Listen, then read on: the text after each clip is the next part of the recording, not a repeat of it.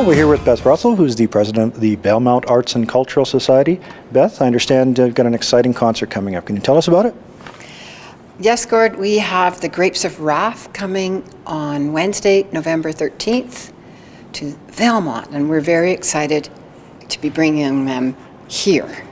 Well, this band has a long history. I'm not sure if people are familiar with it, but they originally formed 30 years ago in 1983, and now they're on tour here across Canada doing quite large venues, and they've chosen to come to Valemount. What's exciting about seeing a concert here in Valemount?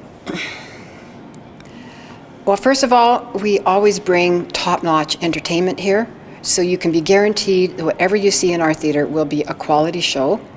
But what is also really special is the theatre itself. It's a small, relatively small venue, 180 seats, so you feel a connection with the band. The front row seats, you're only 10 or 15 feet away from the band, and every seat in the theatre is a good seat. So I think you're really getting a good value for your ticket price. You will be energized, entertained, and it'll be a very wonderful experience for you as compared to being in a huge, huge venue. Right, absolutely, and tickets are all the same price no matter where you're sitting. So for you to go and get front row seats in a major concert venue would be hundreds of dollars to be able to see it, if you could even get them. Here, you're so close to the band you can almost touch them. So that intimacy, I think, is something I think that the audience loves, but also the band. I just give you a little example. At our last concert, there was a beautiful 2-year-old dancing right on the very front during the concert, and that's what really mesmerized and inspired the musicians. They loved watching this little beautiful child dancing in the front. That's great. So let's talk a little bit more about the band. As I said, the Grapes of Wrath have been around on and off since 1983. They had a period where they weren't together, but they've reformed again. It's a little bit unusual in that the band has brothers in it. Yes. There are 2 brothers, and I'll just look at my sheet here. It's Tom and Chris Hooper, who grew up in Kelowna, and they started practicing years and years ago in their parents' garage and joined with their buddy, Kevin. I just would like to give you a quote here. Sure.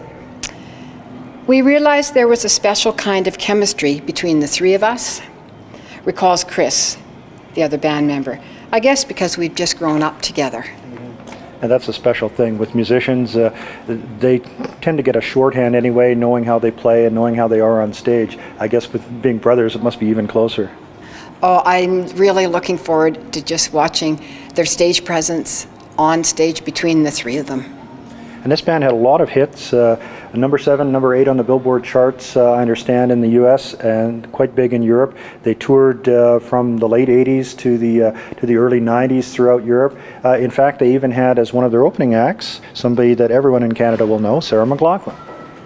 Yes, and he even collaborated with Tom Cochrane as well. Right. So they were very successful in their earlier time together. And so they're here now. The band reformed in 2010, I understand, with the original lineup back from 1983. So 30-year anniversary of the band being on the road. And they're touring across Canada right now, and they're making a stop coming specifically to Valemount to do this show. They're in support of a new record. I believe it's called High Road.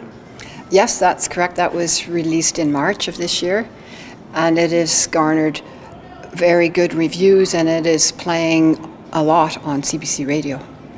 I've heard the record. It's really good, really very modern, very current kind of sound for it, and very tight. Obviously, the band have been playing together a long time. They're very tight, and they're very good musicians at what they do.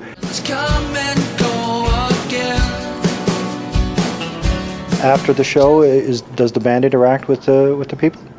Yes, that's another plus of having a show in Valemount, is that the band usually comes with CDs, so they will come out and sell their CDs and sign your CDs, and you can have your picture taken with the band members and have a little chat, and they're more than happy to do that.